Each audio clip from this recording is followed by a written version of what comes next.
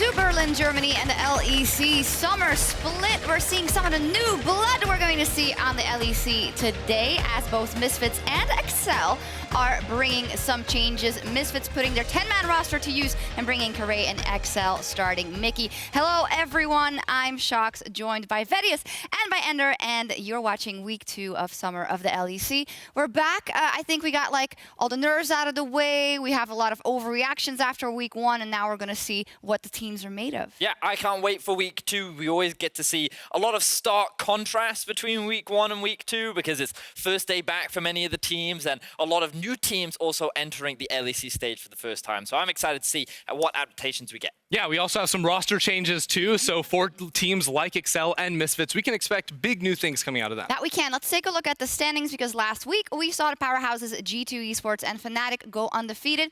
I would say that G2 going undefeated in week 1 is probably not the biggest surprise, but I was quite surprised by Fnatic's form. Not that they won, but that they won so convincingly and that they just have picked it up right where they left off in spring. Yeah, you know, at the end of spring, they were on a tear up until playoffs, and then they come in yesterday, I think, or last week rather, and Broxa played out of his mind, especially finding very good paths in the early game to get his solo lanes ahead especially. And that's what I think is the biggest difference for me when it comes to Fnatic so far this split.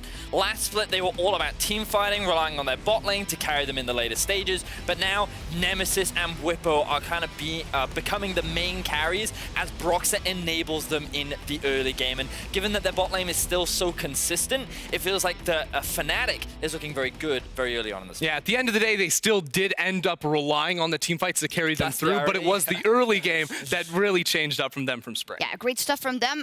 That's the top of the table. Bottom of the table, that glaring 0-2 for Vitality.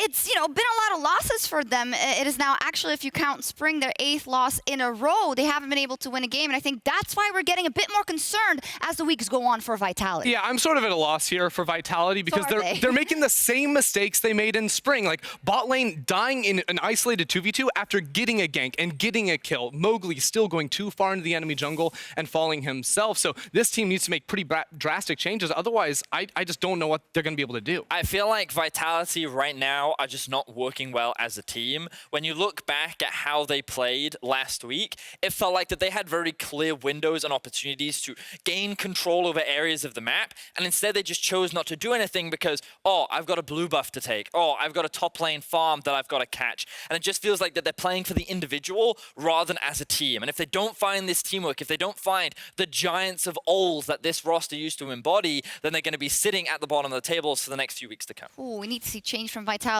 right now. I also want to look at the middle of the table, the teams that went 1-1, and for me, Origin definitely jumps out. Of course, our finalists from spring are looking quite strong at the beginning of the split. Yeah, it was impressive to see them, even in their loss up against G2, combat them and match the pace of G2. They were going fast, which is not something they're typically known for, and specifically Patrick was a huge standout player for me. He was hard smurfing on both his Sona and his Ezreal. It's great to see Patrick becoming one of the big carries for this team because last split we kind of said that everyone is good, but no one is necessarily that standout player, except perhaps for a couple of nuke duck plays. But it feels like so far this split, Patrick is that guy to keep your eyes on. It just made me giggle because we're following Patrick's this superstar AD carry, and then the highlight we show is of him getting a double or triple kill on Sona of all the champions. Definitely what you strive for. Yeah, he was doing super well. I think another team that's worth highlighting is Splyce here, and Splyce is a tough team for me to read because they played the best team in G2 and got bodied in the early game. They also played one of our worst teams looking right now in Vitality and really took off early, and I think the biggest difference for me was Xerxes. In the G2 game, he got really bullied and couldn't do anything, but up against Vitality, he was all over the map. Yeah, I was really impressed with what Splyce showcased to me. I felt like that last split, their mid game was a real issue where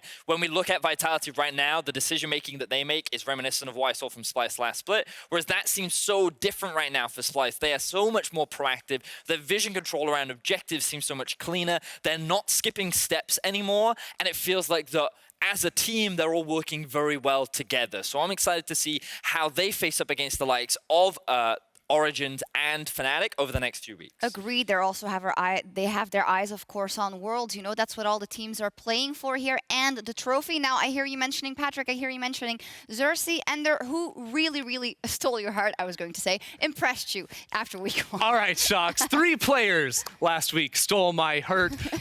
Starting out with Perks.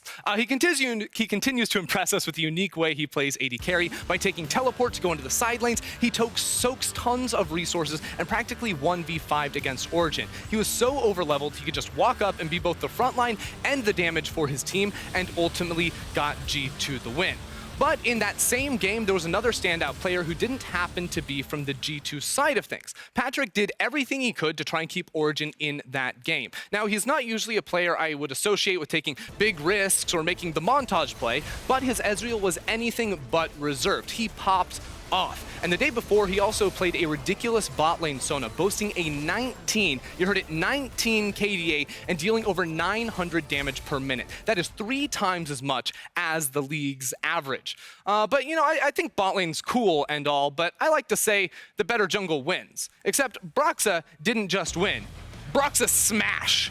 Versus Misfits, he blew the game wide open from the start with some clutch plays and fancy mechanics, which should have been enough, but he didn't stop there. In the late game, he pulled off a clean combo onto Hans Sama in the deciding teamfight and got Fnatic the victory in the end. And I actually wanted to take a chance to look closer at some of his plays, specifically using the POV of his cam here. And we'll start off with the top lane play. Now, Broxah, it looks like this isn't going to be working for me. So Broxah, you know, he made a pretty sweet gank, you know, used his ward hops to go on forward. I don't think this is actually going to happen for me.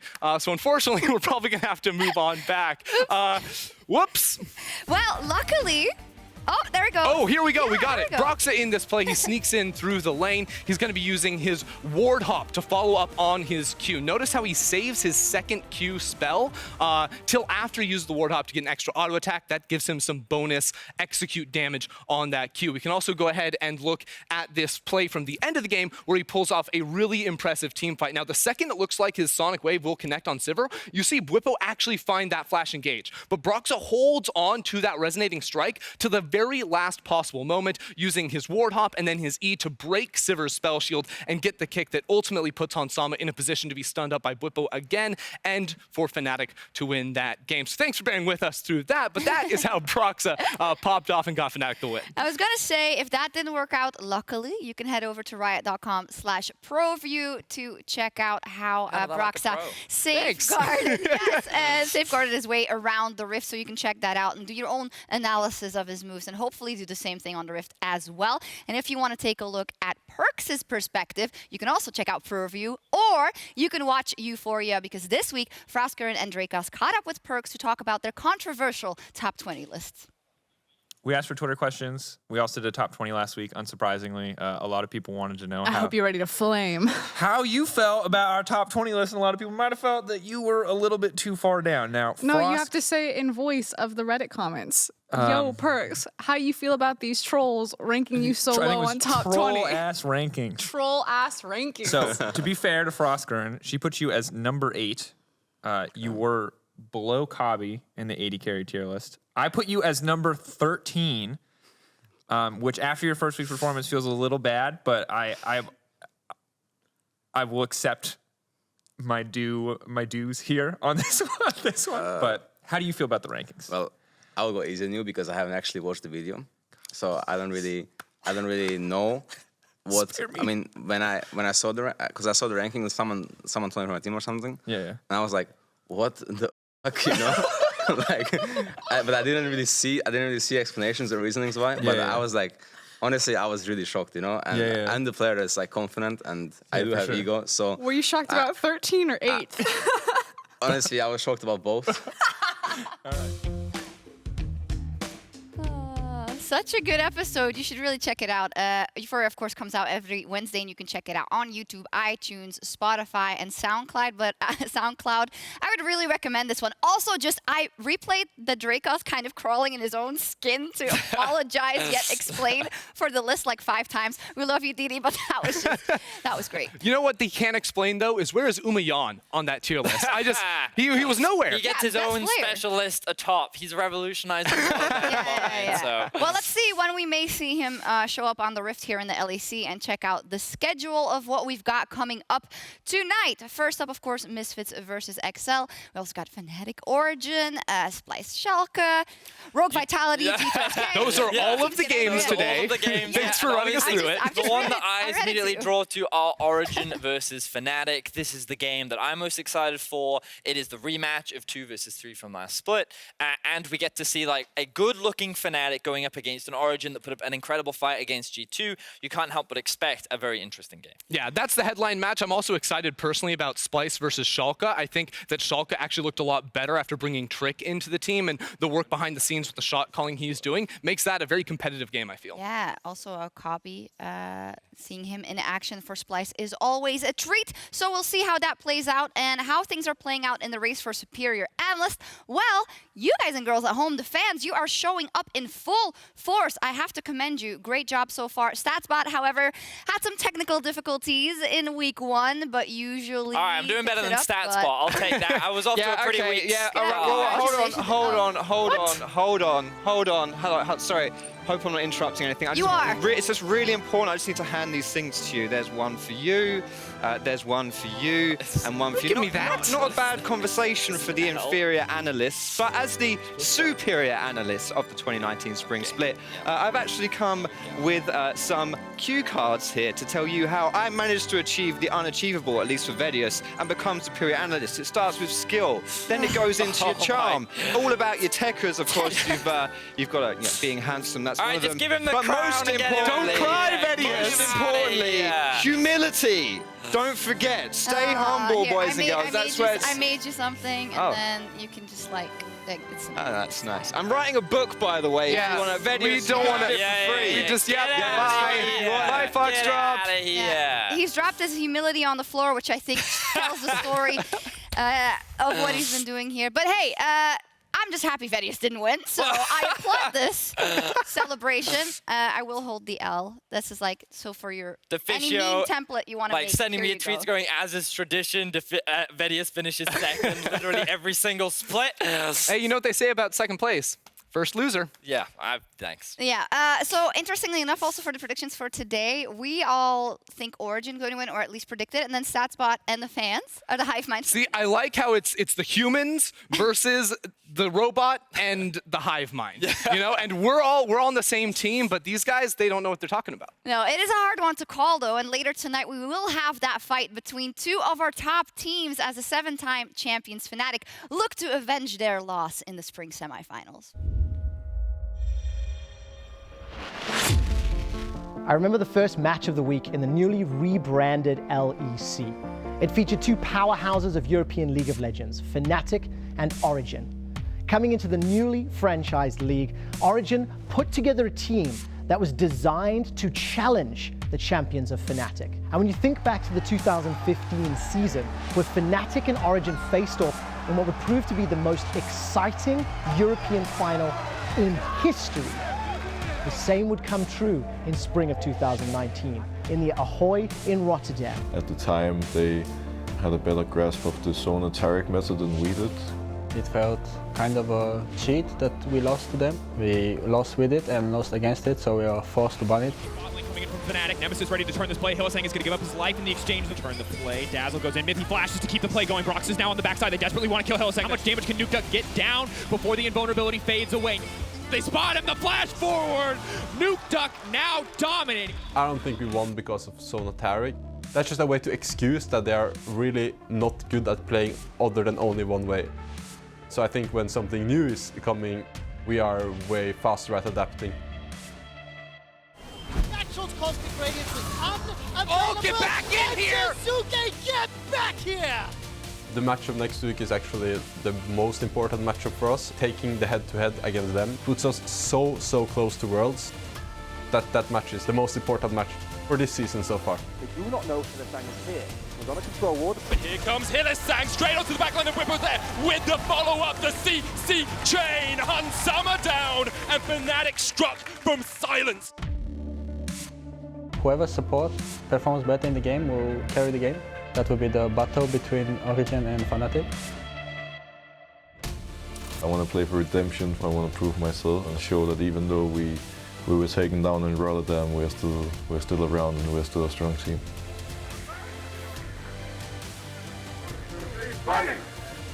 Fnatic and Origin have faced off so many times in hugely important games. There's no ways that this will be any different. Fnatic have something to prove. It is personal for them, and they're coming for Origin's head. Oh, a rematch of the spring semifinals and also the 2015 summer finals. What a fantastic video again. The music, the atmosphere. I was already quite hyped, but just when you think about the history, as well as the current performance of the teams, as well as the score that needs to be settled, as well as Sjokz saying it is the most important game they're going to have for that head-to-head. And let's also not forget that a benchmark has now been set in Europe for what can be international success. And both of these teams are striving to not just be as good as G2, but better. So what better way than to stamp your authority on your direct competition as you make your way through the LEC regular season and work towards that final spot. Oh, it's so juicy here too, because you also have like Patrick stepping up so massively back in week 1, going up against, you know, Reckless, who's been around for forever, always been at that top spot in the bot lane position. So that is my matchup to watch. I'm so excited about it. Yeah, when we talk about matchups that might tilt it in one way or the other, you have to say that Patrick is absolutely on form, and that's not taking anything away from Reckless, but he just seems to be playing out of his mind. Is that going to make a big difference? I think it will, because I think Patrick just feels so much more confident in his own abilities right now. The fact that he jumped over a wall to just get that solo kill onto Caps last week and then flash out, this is not the same Patrick that we saw last split, and it is exciting to see that the bot lane competition is only getting better, and right now, according to Perks, this guy is the second best AD carry in our league. Ooh, what about mid-jungle? Mid-jungle, I think, is actually super exciting, because on one hand, you have Cold and Nukeduck, who pulled out the Sejuani Camille last week, which was really cool, but also Broxah and Nemesis, I think this split have been working so well together. You know, last split, you would say that Broxah and Nemesis would basically leave mid lane and go rotate to kill side lanes. This split, last week, it was about Broxah going mid lane and snowballing Nemesis. Oh, good stuff. It is the third game of the day, but before we get there, we have a ways to go, and it's also time for a new addition to Ready Check. We are going to make some statements, but we're going to let the analysts literally fill in the blanks. We haven't seen these, so let's take a look at the first one. Blank has improved the most from spring to summer. Ender has improved the most from spring to summer. That's sweet. Thanks. So much better now. Thank you. Yeah. Really good job. But if we're being serious, because that was a good joke, who is I mean, like, Patrick is the immediate one that comes to mind. Obviously, we've only gotten to see. Do something else. We've heard a lot. Here, I've got one. It's not a player, it's a team. Rogue has improved the most from spring to summer. I think they made big roster changes, of course, and even after just seeing them play 2 games, it is very clear that these have been very positive changes, and the team looks a lot better. Give me another player. Ooh, let me think. No one. That's fair. No one that immediately jumps out. I think one of the players that can be talked about is Xerxes. So one of the things that we recently learned is that from spring to summer, he had to be one of the primary shot callers and leaders of the team and direct them in what they're doing and why part of their mid game kind of faltered. We've learned that his communication has only improved, and we've had the opportunity to hear some of it. And it just feels like he is so much cleaner and more confident in his leadership skills. So behind the scenes, it feels like that he as a player has improved. Even if on the Rift, it still looks like he's a dominant early game. I like them all, but I prefer Umayan. He's improved the most. I win. Spring to summer. Great job. Okay, next one, maybe a bit more contentiously. Blank is only good when Blank plays well. So. Oh, I know this. I know this already. Vedius is only good when Ender plays well, because Ender carries him all the time in his horrible mid lane Nocturne. I knew one of us was going to do it. I knew one of us. So for this one, how about Vedius? You don't tell him, but you choose the first part, and Ender chooses the second part. Okay. Someone is only good when someone plays well. So it can also be a team. So we can pick the easy one. I'm going to say Misfits is only good when Hansama plays That's a good well. one. That's a pretty easy one. Okay, cookie cutter. Yeah? Come on, give me I've got one. I've got one. Go, hit me. Splice is only good when... Ooh, when Xerxes plays well. Exactly. I mean, that's, yeah. He was, like, biggest difference in their loss against G2 and their win against Vitality. Like, Xerxes went from completely absent to the star carry. Okay. You have one more, maybe, or are we good on this? Ooh, Rogue is only good when... Ooh. This is actually a really good one. I'm going to say, actually, I think it's Inspired plays well. Because I would go for when the bot lane plays well. Because I think what we're getting is a lot of consistency from Larson and Inspired right now. And that bot lane seems to be the biggest determining factor in overall success. Yeah, I think Rogue would be really good if their bot lane could play consistently well. All right. Well, we'll take a look at how Rogue does today. And then our final statement is blank team has the most potential if blank starts improving. Don't say it. I know what you're thinking. And like, we can't use Ender and Vedius anymore. No. I mean, I wasn't going to go there, but if that's what you're thinking. Blank team has the most potential if blank starts improving. Okay, so I want you to pick one that we haven't heard yet, because we've heard a lot of Xerxes, we heard a lot of Splice, we heard a lot of Patrick, we heard a lot of OG.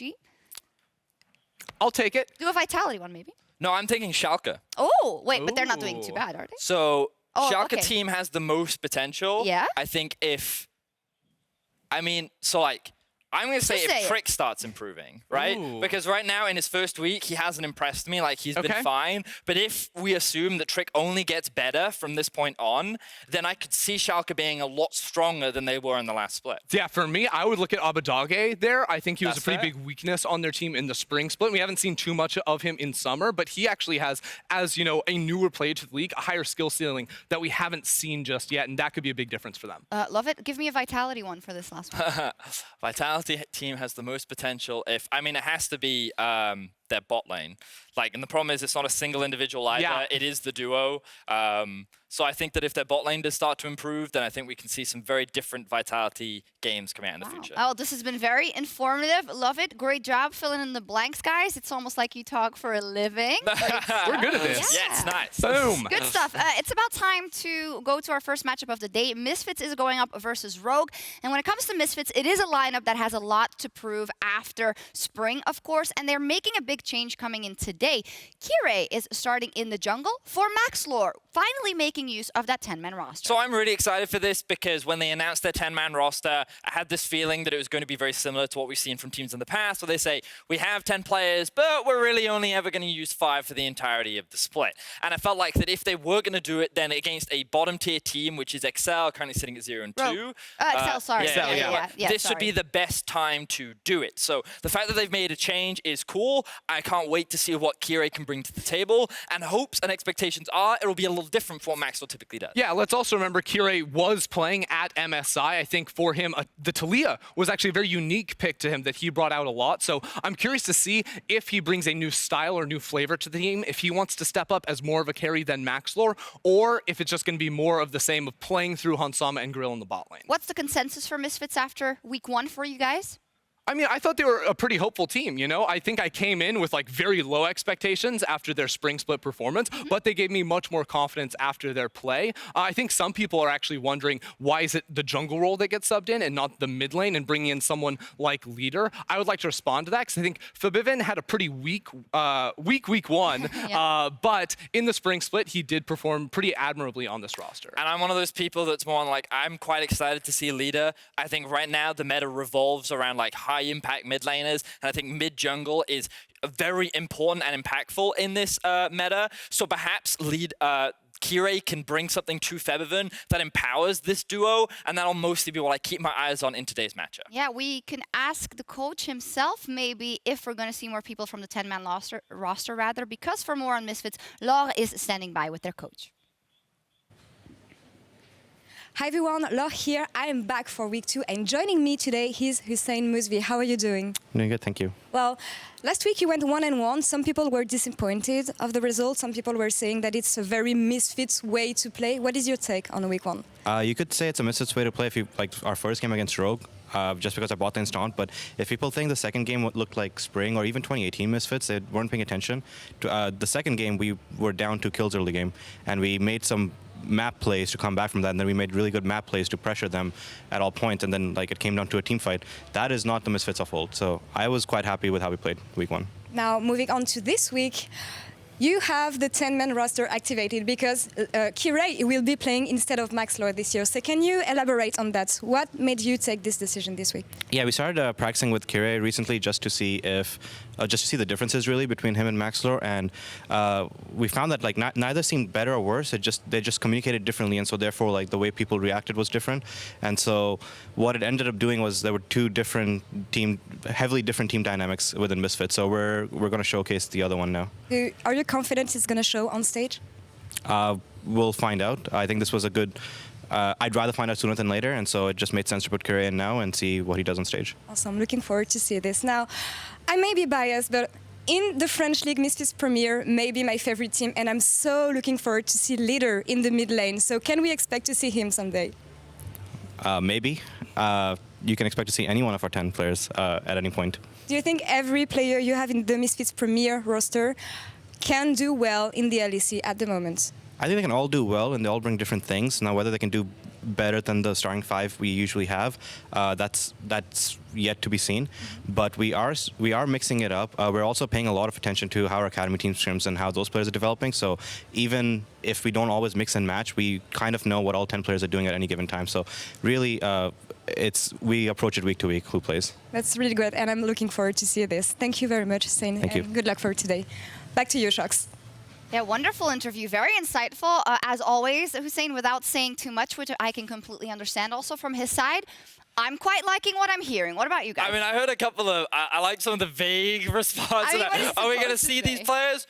Maybe. Maybe we might. Are they better than our LEC team? We haven't found out yet. It might all be true. Don't be so cynical. I mean, like, I do appreciate what he said in terms of the communication styles are very different, and so we're expecting to see a different Misfits today, and that's what I'm most looking forward to seeing, a different Misfits, one that didn't end in 8th place last week. Yeah, and Kirei in the LEC, that is also quite exciting. Now, for the side of their opponents, Excel, Mickey is making his debut. What do we expect from him?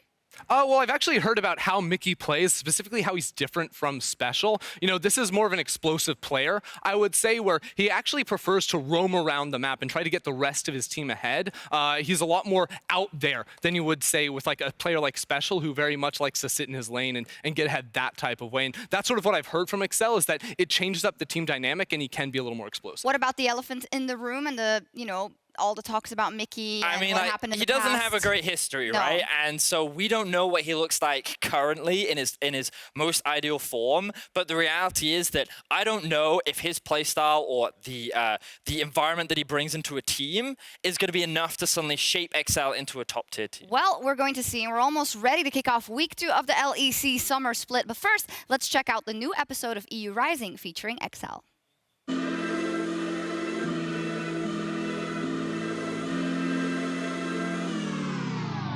I think I did suffer some kind of depression during last split, and obviously if you're depressed, you're not really wanting to play, you want to do anything, right? You just do your job, basically. They're engaging immediately onto the Tom Kench. Kasing goes golden, TP onto the backside. Both teams committing for the full fight. Kasing taken out. Taken out. Taken out. Taken out. People never see the bigger picture. It's just, oh, this guy is 0-5, so he's clearly the weak link. We are at the point where we don't know what to do, so I just wanted to go for it and win the game, pretty much. Step 2 for Morton immediately deleted. That's going to be the turn. The left from Quad is now alive for Schalke. Once again, this AD carry will not get the chance to play League of Legends. At the moment with Excel, it's like we all know where we want to be, but we're taking completely different paths to where it is. The first step for us as a team is just to improve day by day, and it just needs to, something just needs to click right at one point. I feel like we definitely have the components, the materials, the right people. He goes all the way deep, and Excel were waiting for him. And Excel in clear control. I definitely don't want to have this 9th place again. It hurt me a lot personally, and I definitely want to make sure that the team itself is strong with this split. I have full confidence in my team. definitely gonna make you guys proud.